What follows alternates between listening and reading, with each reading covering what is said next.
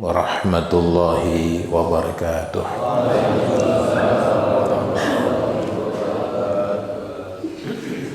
Alhamdulillahi rabbil alamin. Assalatu wassalamu ala asyrafil anbiya'i wal mursalin Sayyidina wa maulana Muhammadin wa ala alihi wa sahbihi ajma'in. Amma ba'du. Jamaah subuh yang dimuliakan Allah Subhanahu wa taala, wabil khusus para pengasuh, khususnya para ulama, khususnya Bapak Kiai Masrahi. Kita doakan para pengasuh dan para ulama kita mudah-mudahan dipanjangkan umur oleh Allah Subhanahu wa taala, sehat walafiat, dan mudah-mudahan senantiasa bisa bersama kita, khususnya pada subuh-subuh seperti ini, untuk memotivasi kita, memberi semangat kepada kita dalam rangka melaksanakan perintah Allah Subhanahu wa taala, salat subuh berjamaah. Dan betapa beruntungnya kita karena Allah melalui Rasulullah bersabda, man shalla subha fi jama'atin faka'annama qama laila kullaha. Siapa yang salat subuh, kata baginda Rasul, berjamaah, bukan sendiri di rumah tapi berjamaah, faka'annama qama laila kullaha, maka sesungguhnya dia seolah-olah sudah melaksanakan ibadah seluruh malam, sepanjang malam. Inilah karunia untuk umat Rasulullah, walaupun berjamaah cuma beberapa menit, tapi ketika dilaksanakan berjamaah maka dinilai nama laila kullaha, qoma laila kullaha, seolah-olah dia sudah bangun sepanjang malam, beribadah seluruh malam. Padahal kita mungkin bangunnya baru jam 3:30 atau jam 4, tapi berkah berjamaah maka kita diberi nilai sudah dipandang Allah seolah-olah kita beribadah sepanjang malam. Alhamdulillah. Namun didahului sholat isya dulu, jadi bukan subuh saja berjamaah, karena di sabda yang lain beliau bersabda, man sholal isya'a fi jama'atin faka'annama qoma nisfa lailah. Siapa yang sholat isya berjamaah, maka seolah-olah dia sudah bangun setengah malam, walaupun isya'nya cuma sebentar. Setelah isya dia tidur istirahat, tapi sudah dinilai ibadah separuh malam atau 6 jam kalau semalam itu 12 jam. Nah, inilah orang-orang yang beruntung, orang-orang yang sholat berjamaah baik isya maupun subuh. Mudah-mudahan kita bisa istiqomah, amin. Apalagi langkah-langkahnya ke masjid adalah langkah-langkah ibadah. Langkah yang kanan akan menghapuskan dosa, dan langkah yang kiri akan meningkatkan derajatnya semakin dekat kepada Allah Subhanahu wa taala. Berapa langkah bisa dihitung, Pak. Satu meter itu 2 langkah kurang lebih. Jadi kalau Pak Haji Najril dari rumah kemari ada 1 kilo, berarti 2000 langkah sudah. 2000 dosa diampuni, 2000 derajat didekatkan kepada Allah Subhanahu wa taala. Dan demikian yang lain, walaupun pakai mobil tetap terhitung langkah. Kalau ngitung tetes mobilnya susah, tapi bagi malaikat itu menjadi mudah saja. Nah, cuman kita lebih enak ngitung langkah dari sisi jarak. Nah, insya Allah itu sudah keberuntungan bagi orang yang hadir sholat subuh seperti ini. Apalagi kita dengar dari pengasuh tadi mengatakan berkah, Rasulullah mendoakan orang yang sholat subuh, berarti orang yang bangun pagi itu orang yang diberkahi Allah Subhanahu wa taala. Jangankan pada kita, pada binatang pun berkah itu sudah nampak. Mungkin kita tahu kambing itu beranaknya cuma 2 paling banyak atau 3, jarang beranak 6, begitu kali Pak Haji, Sementara mohon maaf anjing itu beranaknya banyak, 4, 6 sekali keluar itu. Tapi lihat siapa yang berkah di antara binatang ini, anjing atau kambing.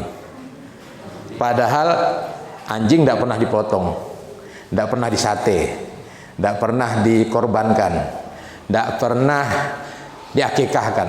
Sementara kambing tiap hari disate, tiap anak lahir diakikah, tiap tahun dikorbankan, tidak terhitung. Kalau bulan haji, pokoknya kambing menjadi santapan. Akan tetapi mana banyak, kambing atau anjing? Tetap kambing. Itulah namanya berkah. Diberkahi Allah. Kenapa? Karena kambing itu bangunnya subuh walaupun belum makan dia. Makannya siang tapi bangunnya subuh. Beda anjing, bangun jam 2. Lepas jam 2 tidur lagi dia. Atau lepas subuh tidur lagi sampai nanti matahari terbit baru bangun. Nah, ini jelas Allah lihatkan keberkahan pada binatang yang bangun subuh dia diberkahi Allah. Contohnya binatang yang bangun subuh itu diantaranya kambing. Nah, ini berkah. Walaupun dia dipotong, ada aja, tidak pernah habis stok kambing itu. Tidak pernah orang mau akikah tidak ada kambing, pasti ada. Tidak pernah orang mau korban kehabisan stok, tidak pernah. Tidak pernah. Tetapi anjing kita lihat tidak terlalu banyak, walaupun anaknya tadi banyak. Nah, itulah namanya tidak diberkahi. Sekalipun banyak belum tentu berkah keberadaannya itu. Tetapi walaupun sedikit, cuma punya anak 2 atau 3 tadi, maka dia dengan bangun pagi, insya Allah mudah-mudahan kita mendapat doanya Rasulullah SAW. Kita diberkahi umur, diberkahi rezeki, diberkahi anak-anak kita, diberkahi keluarga kita. Dan kalau sudah mendapat berkah, insya Allah semuanya akan mendapatkan ridhonya Allah Subhanahu wa taala. Amin Allahumma amin. Jemaah yang mulia, kita bersyukur kepada Allah. Kita diberi nikmat, sebesar-besar nikmat adalah iman dan Islam. Sekali lagi, sebesar-besar nikmat adalah iman dan Islam. Bukan harta, bukan pangkat, bukan jabatan, bukan kedudukan, bukan popularitas, tapi nikmat yang besar adalah nikmat iman dan nikmat Islam. Dan ini sangat jelas di dalam surat Al-Asr. Allah mengingatkan, wal asri innal insana lafi khusr illa alladzina amanu wa 'amilus solihati wa tawassaw bil haqq wa tawassaw bis sabr. Ini ayat sudah menjadi lumrah karena sejak kecil ya kita budayakan, kita biasakan, kita lazimkan. Tetapi makna yang ada di dalamnya mesti terus tertanam dalam hati kita, di mana Allah bersumpah wal asri, demi masa manusia ini dalam kerugian. Demi masa, wal asri, demi masa. Ada juga yang memaknai demi umur, ada juga yang memaknai demi waktu asar. Begitu pendeknya kehidupan ini. Innal insana lafi khusrin, sesungguhnya manusia, Allah menyebut manusia keseluruhan itu rugi. Akan tetapi ada di antara manusia itu yang ditakdirkan menjadi orang yang beruntung. Pertama, dengan ciri illal ladzina amanu wa 'amilus solihati wa tawassaw bil haqq wa tawassaw bis sabr. 4 ciri keberuntungan mudahan ada dalam diri kita semuanya. Amin. Pertama, illal ladzina amanu, orang yang diberi iman. Nah, ini alhamdulillah, dengan imanlah kita melangkahkan kaki bangun subuh. Karena kita yakin hidup ini akan berakhir dan akhirat akan kekal selamanya. Ya, sementara hidup ini akan berlalu dan tidak akan pernah kembali. Itu kita yakini itu. Oleh karena itu amal-amal kita ini ya, illal ladzina amanu wa 'amilus sholihat, orang yang beriman dan orang yang beramal. Setelah dia yakin dengan adanya Allah, adanya malaikat, adanya Rasul, adanya kitab, adanya hari kiamat dan takdir, maka mendorong dia untuk beramal soleh.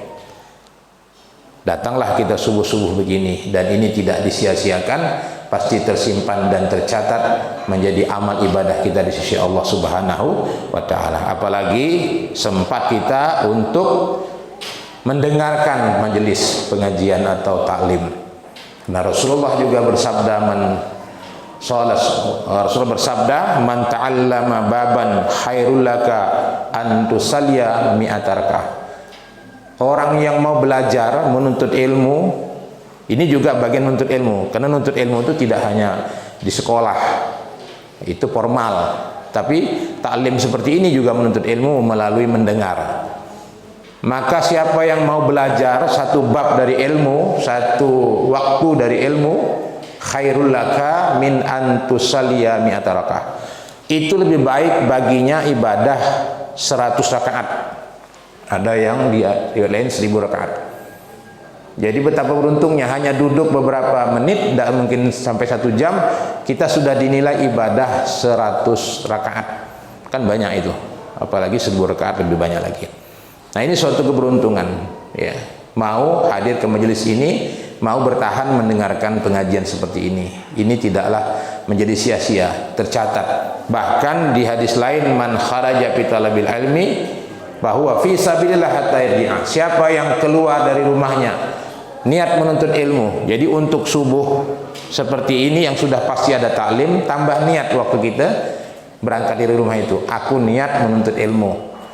Maka apa yang dia dapat? Bahwa fisabilillah, orang ini dalam langkah-langkah fisabilillah, dalam perjalanan menuju Allah, berjuang di jalan Allah sampai dia kembali. Kalau sudah fisabilillah, maka dia dalam jaminan Allah Subhanahu wa taala. Jamaah yang mulia.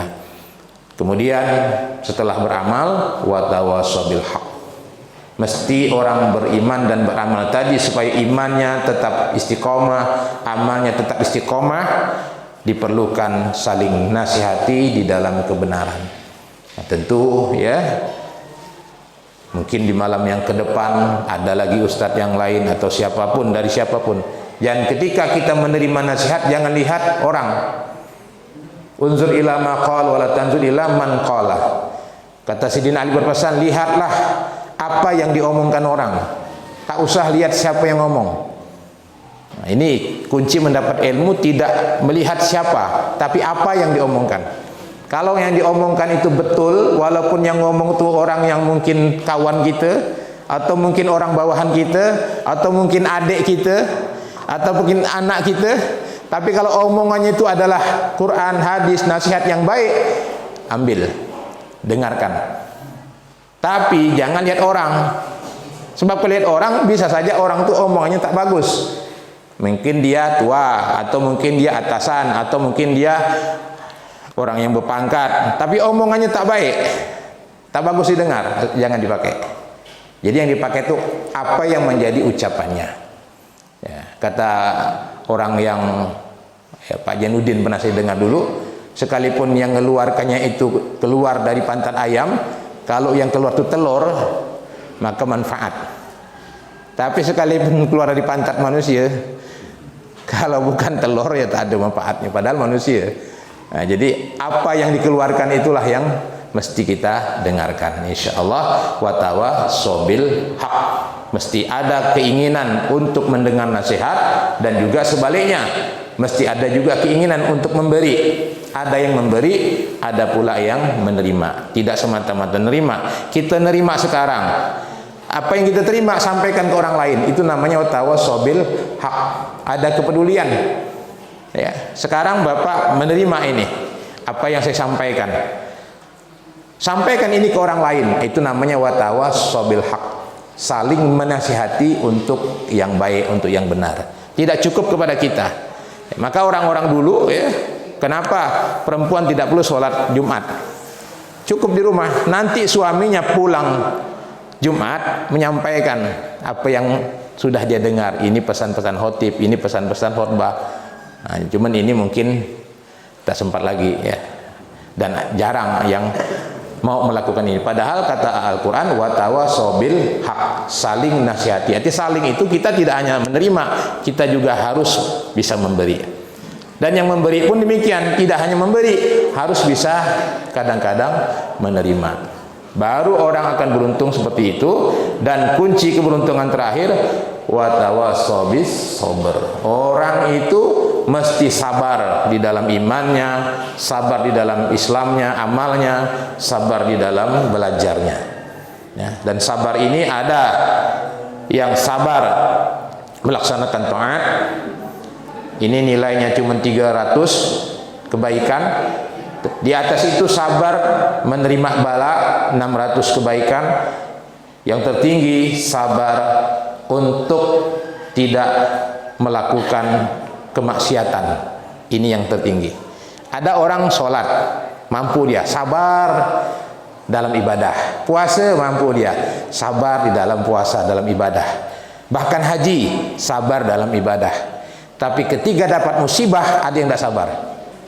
Ya, misalkan perempuan sholat, puasa, begitu dapat musibah, di antaranya mungkin suami meninggal ataupun mungkin terjadi penceraian dan sebagainya. Kadang-kadang ada ibu-ibu yang tadi berkerudung karena kecewa dilepasnya kerudung itu, padahal dia sebelumnya sholat. Lalu dia nampil seksi dan sebagainya, kan kekecewaannya itu. Berarti dia sabar beribadah tapi tak sabar menerima bala, menerima ujian.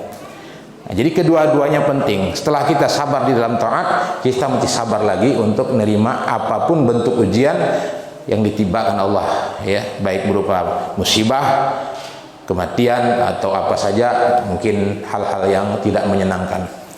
Ada orang yang sabar ibadah, sabar sholat, sabar puasa, bahkan sabar timpa bencana, tapi ada yang tidak sabar berbuat maksiat ketika ada kesempatan. Nah, ini bisa terjadi, ya. Dan yang selamat contohnya Nabi Yusuf. Dia sabar dalam imannya, sabar dalam ibadah, sabar dalam bala, dimasukkan saudaranya ke sumur, ya. Kemudian dipenjara, sabar. Begitu diuji oleh Zulaikha ingin bermaksiat, dia masih bisa bersabar. Nah, itu namanya sabar di dalam tidak berbuat maksiat. Nah, ini juga ujian. Dia sholat, dia puasa. Ini ujian tentu bagi para pejabat, ya. Kemudian ada kesempatan untuk korupsi, dia tidak melakukan. Nah, ini yang hebat. Ini yang paling hebat. Ada kesempatan untuk dia tidak melakukan, ya, bukan, tidak mengambil yang bukan haknya, itu yang hebat. Ada peluang, ini tidak ada siapapun yang melihat, ini tinggal dia saja mau apa, ya, dan tidak rakyat pun tidak tahu ini uang apa.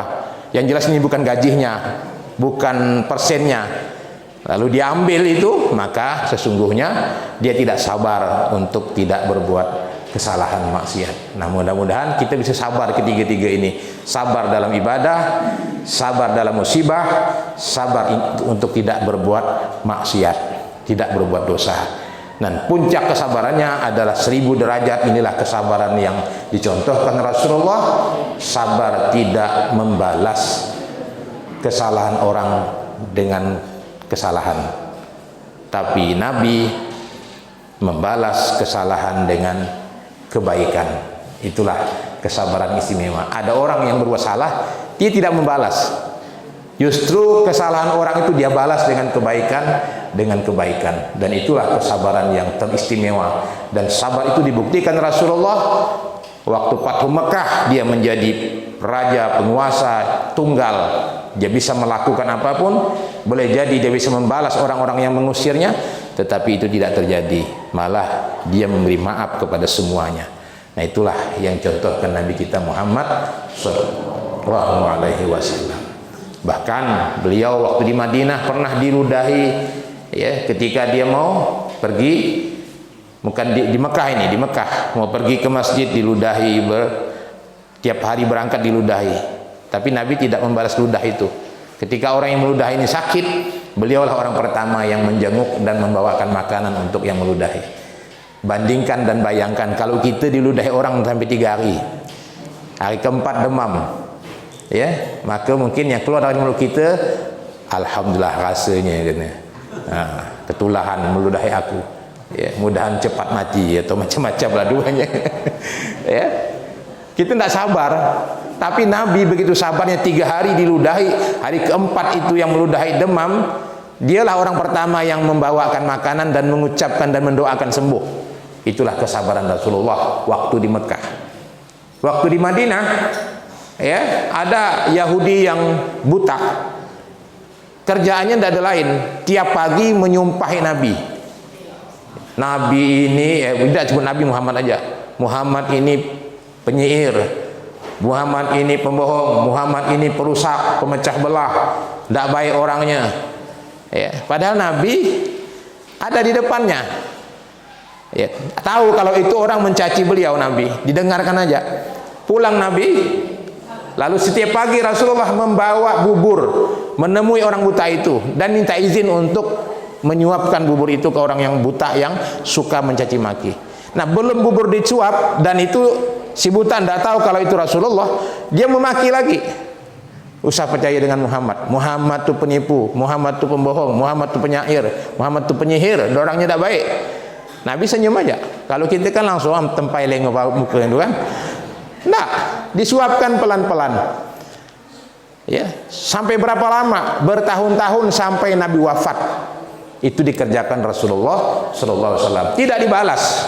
Walaupun dia dicaci maki, disumpah, diserapah.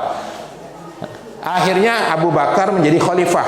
Lalu Khalifah Abu Bakar ini tanya kepada anaknya Aisyah, "Ya Aisyah putriku, istri Rasulullah, apa pekerjaan Rasulullah yang belum kulakukan setelah aku ini menjadi khalifah?" Kata Aisyah, "Ya ayah, ada suatu pekerjaan setiap pagi yang belum ayah kerjakan." Apa? Rasulullah tiap pagi bawa bubur, memberi makan orang buta yang ada di ujung Madinah. Maka pergilah Abu Bakar bawa bubur, ya. Sampai di ujung kampung betul ada orang buta. Begitu diucapkan assalamualaikum, yang timbul malah serapah, sumpah lagi. Muhammad itu tidak baik, dia tidak tahu Nabi itu sudah meninggal, tidak tahu. Ya, tidak tahu. Muhammad itu tidak baik, orangnya begini, pokoknya sumpah serapah.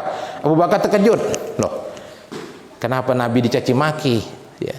Akan tetapi Abu Bakar tetap mencoba untuk mendekati. Kata Abu Bakar, boleh saya menyuapkan Pak? Ini ada saya bawakan sedikit sarapan bubur. Disuapkan juga.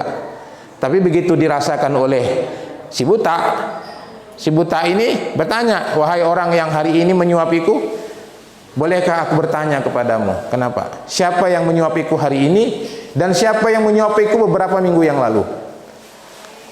Ada apa? Kata Abu Bakar. Kata yang si buta, orang yang menyuapiku sekarang tidak sama dengan yang kemarin rasanya. Apa yang beda? Kan sama-sama bubur, iya, sama-sama bubur. Tapi bubur yang kemarin itu lebih lembut, lebih hangat.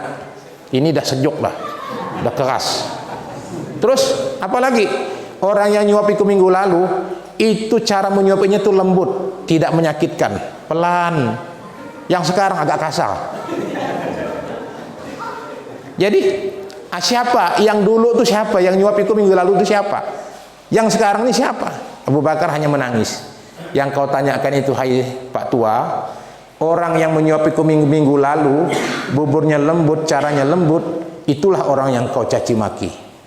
Orang yang kau sumpah serapah, yang kau sebut Muhammad gila, Muhammad, itulah orangnya, dan dia sudah meninggal minggu lalu. Aku ini khalifah penerus. Mohon maaf kalau buburku sejuk, caraku kasar, aku bukan nabi. Jadi begitu cara Rasulullah melayani orang yang menyakitinya pun tidak dibedakan. Tidak mentang-mentang untuk menyakiti langsung dibalas dengan kasar atau tidak. Itulah akhlak yang sempurna, kesabaran yang sempurna, bisa membalas orang yang tidak baik kepadanya dengan kebaikan. Mudah-mudahan kita bisa mencontoh. Amin Allahumma amin. Insyaallah dua akhlak inilah ya dicontohkan Nabi di Mekah maupun dicontohkan Nabi di Madinah. Nah, kita pasti pernah mengalami disakiti orang. Apakah kita sebagai bapak disakiti anak, atau kita sebagai guru disakiti murid? Mudah-mudahan kita bisa berbesar hati sebagaimana Rasulullah bersabar atas apa yang dilakukan oleh anak kita, apa yang dilakukan oleh murid kita. Jangan putus, tetap doakan. Mudah anak kita, murid kita, insya Allah menjadi orang yang baik. Amin Allahumma amin. Demikian sebagai bertetangga mungkin. Ya, ada orang yang melemparkan sampah ke halaman belakang kita, sebungkus, kita melemparkan 2 bungkus. Nah, sebagai balasan. Tidak begitu Rasulullah. Ya, bahkan ada seorang sahabat Nabi. Ya, Nabi dah meninggal ini, tapi kelakuannya mencontoh Rasulullah. Ya, apa yang dilakukannya? Dia bertetangga sama Yahudi. Yahudi ini air comberannya melimpah ke tetangga sebelah. Tetangga ini orang Islam, sahabat Rasulullah, tapi belum pernah dia berkeluh kesah. Ya, bahkan suatu saat Yahudi ini sakit. Yahudi ini sakit, ya. Kemudian dia pun ikut juga menjenguk. Suatu saat Yahudi ini sempat lewat di depan, di belakang rumah Tidak sengaja, mungkin dia pun tidak tahu kalau itu mengalir. Dia lihat ada ember menadah comberan yang dari rumah Yahudi itu. Bertanya, wahai saudaraku orang Muslim, ini untuk apa? Ya, udah berapa lama kau lakukan ini? Ini tidak apa-apa, untuk menampung dari dari rumah kamu, dari rumah sebelah, yang kebetulan airnya masuk ke rumah saya, ke pekarangan belakang. Terus sudah berapa lama? Sudah ya berpuluh tahun juga begini, asal penuh buang, tadah lagi. Kenapa kau tidak membalas atau memberitahu? Ya sudah, saya mungkin kamu tidak sengaja. Terus siapa yang ngajar kamu seperti ini? Yang ngajar kami adalah kekasih Rasulullah, untuk tidak membalas kesalahan orang dengan kesalahan, tapi balaslah kesalahan orang dengan kebaikan. Inilah kesabaran yang luar biasa. Mungkin kita tidak mampu, baru gak ada, mulai dilapor PRT lihat itu kan ya. Tidak ada masalah sebetulnya, tapi itulah kita hanya memberi gambaran betapa sahabat Rasulullah bisa bersabar terhadap hal-hal yang tidak mengenakan, walaupun itu mungkin dia lakukan dan itu datang dari tetangga tadi. Nah, mudah-mudahan kalaupun ada tetangga yang demikian, ya mudah-mudahan kita masih bisa bersabar, amin. Kalau belum bisa, lapor kan tidak masalah, jangan berkelahi ya, jangan lalu tidak bertegur, gara-gara sampah lalu putus silaturahmi, itu tak baik. Ya, bisa diselesaikan dengan cara yang baik. Yang penting jangan membalas kesalahan dengan kesalahan, jangan membalas kejahatan dengan kejahatan, tapi balaslah air toba dibalas dengan air susu. Itulah kesabaran yang tinggi, yang sempurna. Mudah-mudahan itu bisa kita lakukan. Amin Allahumma amin. Jamaah, terakhir saya mengingatkan amalan yang dibaca Pak Pengasuh tadi.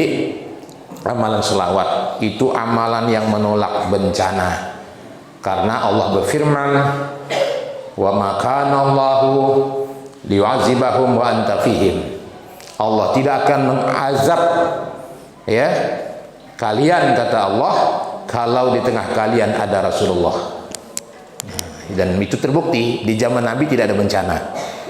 Kenapa zaman sekarang ada bencana? Ya diantaranya karena mungkin memang jelas Allah tidak ada, tapi Rasulullah itu bisa dihadirkan. Dengan berselawat kepada Rasulullah berarti kita menghadirkan Rasulullah Shallallahu Alaihi Wasallam. Karena setiap selawat dan salam pasti dijawab Rasulullah, walaupun beliau jasadnya ada di Madinah, tetapi ketika orang menyampaikan salawat dan salam, maka Allah mengembalikan ruhnya dan akan menjawab, berarti menghadirkan untuk menjawab salam kita. Maka amalkan apa yang sudah diamalkan, karena itu akan menolak bencana. Amin Allahumma amin. Dan bagus tuh selawat sultan ya. Saya sih belum hafal, tapi ikut ya tadi. Yang penting kalau saya Lasidin Muhammad, nah ujungnya kalau hafal lebih bagus, karena itu akan menentukan kadar selawat itu. Ada selawat yang saya terima dari Ustadz Abdus Salam bin Ki Haji Mukni, adik dari guru Bakhit.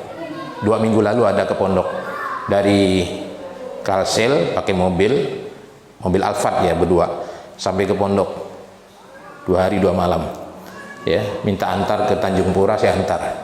Kemudian beliau sempat 2 malam di rumah, saya minta selawat, dikasih selawat beliau. Nah, selawat ini kata beliau kalau dibaca insya Allah akan disambut Rasulullah ketika jasad kita masuk di kubur. Dan dia dapat dari berbagai riwayat, dari berbagai jalur. Nah, jadi kalau memang tidak sempat ditulis, kalau ada HP boleh direkam ya, supaya bisa diulang-ulang di rumah. Selawat namanya selawat Al-Alil Qadri, Al-Qadril Ali ya, Alil Al-Qadri, karena itu ada kalimatnya seperti itu. Coba ikuti saja, mudah-mudahan walaupun tidak hafal, dengan sempat mengikuti nanti bisa dibaca minimal sekali sehari, dibaca minimal sehari sekali ya. Bismillahirrahmanirrahim. Allahumma sholli wa sallim wa barik ala sayyidina Muhammad an-nabil ummi al-habibi al-ali al-qadri al-qadri al-azimi al-jahi wa ala alihi wa sahbihi wa sallim. Nah, saya ulang, Allahumma salli wa sallim wa barik ala sayyidina Muhammad an-nabil ummi al-habibil ali al-qadril azimi al-jahi wa ala alihi wa sahbihi wa sallim. Sekali lagi, Allahumma salli wa sallim wa barik ala sayyidina Muhammad an-nabil ummi al-habibi al-ali al-qadri al-azimi al-jahi wa ala alihi wa sahbihi wa sallim. Dibaca minimal 1 kali atau 3 kali ganjil. Insyaallah ketika jasad kita diletakkan di kubur, walau yang lain tidak melihat, ya, Rasulullah ruhnya akan hadir untuk mendampingi kita, menyambut kita. Amin Allahumma amin. Karena berkah salawat ini, Allah dalam firman-Nya, innallaha wa malaikatahu yusholluna 'alan nabi ya ayyuhalladzina amanu shallu 'alaihi wa sallimu taslima. Ya. Kalau Allah perintahkan salat, Allah tidaklah salat seperti kita. Allah perintahkan zakat, haji, apalagi ya, yang lain-lain. Tapi ketika Allah perintahkan umat orang beriman berselawat, maka Allah lebih dulu memberi contoh teladan walaupun makna yang berbeda. Innallaha wa malaikatahu, Allah dan para malaikat yusalluna 'alan nabi. Mereka ya selawat semua kepada Nabi. Allah dengan kebesarannya, ya, Allah dengan kemahasuciannya, kita tidak bisa menyamakan dengan selawat kita. Karena selawat Allah ya tidaklah seperti selawat kita. Intinya Allah senantiasa menambahkan rahmat kasih sayang kepada Rasulullah. Wa malaikatahu, semua malaikat di langit, mau ke Jibril, Mikail, Israfil, semua yang tak terhitung itu berselawat kepada Nabi. Baru Allah manggil, ya ayyuhalladzina amanu, hei orang-orang yang ngaku beriman, yang telah diberi iman, sallu alaihi wasallimu taslima, berselawatlah kalian. Berarti penting, sampai Allah memberi contoh, sampai malaikat pun diajak. Berarti selawat ini perkara yang sangat penting. Maka jangan sampai kita ya habiskan waktu tanpa ada zikir, tanpa ada selawat. Maka selawat ini sudah termasuk zikir. Orang yang berselawat berarti orang itu juga berzikir. Karena setiap selawat diawali dengan Allahumma. Sebelum menyebut nama Nabi, pasti menyebut nama Allah. Berarti di dalam selawat ada zikirnya. Allahumma sholli wa sallim wa barik ala sayyidina Muhammad an-nabil ummi al-habibil qadir al-habibil adil qadri al-azimil jahi wa ala wasallim. Nah itu selawat al-alil qadri. Mudah-mudahan kita bisa mengamalkan, dan kalaupun itu masih terlalu sulit untuk dihafal, pakai buku, pakai tulisan, pakai nanti insyaallah nanti saya kirimkan dengan Pak Najril ya. Nanti dibagi ya, udah saya ketik, tinggal di copy nanti, nah tinggal dibagikan aja, masukkan ke buku kecil atau apa. Jadi bisa dibaca hari Jumat ya, atau tiap hari insyaallah. Karena kita pasti akan dimasukkan ke liang lahat. Betapa sepinya karena tidak ada yang mau ikut. Ya, tidak ada orang yang mau ikut kita, walaupun dolok pernah berjanji hidup semati, itu bulaknya mah. Kita dolok malah ketawa dia ya. Apalagi harta kita banyak. Ya, demikian ibu-ibu, walaupun suami dolok pernah berjanji hidup semati, belum tentu. Bahkan tidak pernah terjadi. Kalau ibu meninggal, ketawa dia. Memang menangis hari 2 hari. Hari ketiga mulai dia senyum. Ya, apalagi ibu meninggalkan emas kilo. Ya, senyum dia, ada modal buat yang baru gitu. Nah, itulah. Siapa yang setia dengan kita? Nabi. Maka cintailah Nabi setinggi-tinggi cinta dengan suami setengah ya. Ya. Saya tidak mengasut, memang harus begitu. Karena kita mati dia pun tidak ngikut. Cintai Nabi setinggi-tinggi cinta dengan membaca salah. Nabi bayangkan belum kita lahir udah didoakannya. Bahkan di padang mahsyar nanti, ya, dia akan cari kita umatnya. Seluruh nabi duduk di mahkota-mahkota singgasana. Nabi Muhammad tidak mau duduk. Singgasana yang kosong hanya singgasana Rasulullah. Kemana? Dia mencari umatnya. Kalau umatnya belum masuk surga semua, tidak mau duduk situ dia. Begitulah pengorbanan Rasulullah. Ya. Kita lewat di atas sirat, dia menunggu di ujung mendoakan kita. Salim ummati, salim ummati. Nah, orang yang macam ini yang dicintai, yang sampai kita mati pun dicarinya. Ya. Mohon maaf ya, suami istri mati, ada dapat yang baru lupa dia dah. Ya. Buah pun mau ingat, tidak ingat ada. Ya. Nah, maka Nabi, cintailah Nabi setinggi-tinggi cinta. Kenapa? Cinta Nabi dah lebih dulu. Jadi bukan bercinta sebelah tangan dengan Nabi itu, sudah lebih dulu. Maka ketika kita berselawat, Allah pun menyimpahkan rahmat kepada kita, insya Allah. Jadi selawat tadi saya ijazahkan kepada Bapak Ibu semuanya. Jawab, qabiltu ijazah, saya terima ijazahnya, ya insya Allah. Jadi Bapak ngamalkan, insya Allah dapat berkah. Karena bayangkan orangnya dari Kalimantan Selatan, adik guru Bahid. Siapa ada kenal guru Bahid? Di tepi Aswaja, majelis teramai di Kalimantan Selatan, itu adiknya. Ayahnya Kiai Haji Mukni, disebut guru Barabai, ya, anak orang alim memang. Cucu yang ke-6 dari Kiai Asad Al-Banjari. Dia sederajat jalurnya, cuma beda jalur dengan Zaini Muhammad Abdul Ghani, guru Izai. Nah, tapi satu level, satu juriat keturunan. Kemudian satu lagi ijazah selawat dari Sultan Muhammad Pontianak, yang membawanya juriat beliau. Selawatnya Allahumma shalli ala sayyidina Muhammad wa ala sayyidina Muhammad ya salam salimna bihaqqi sayyidina Muhammad. Pendek aja. Mari kita baca lagi. Bismillahirrahmanirrahim. Allahumma shalli ala sayyidina Muhammad wa ala ali sayyidina Muhammad ya salam salimna bihaqqi sayyidina Muhammad.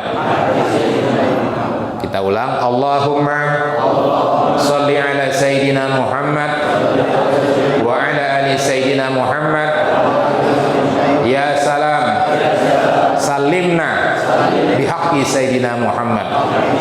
Allahumma shalli ala sayyidina Muhammad wa ala ali sayyidina Muhammad ya salam salimna bihaqqi sayyidina Muhammad.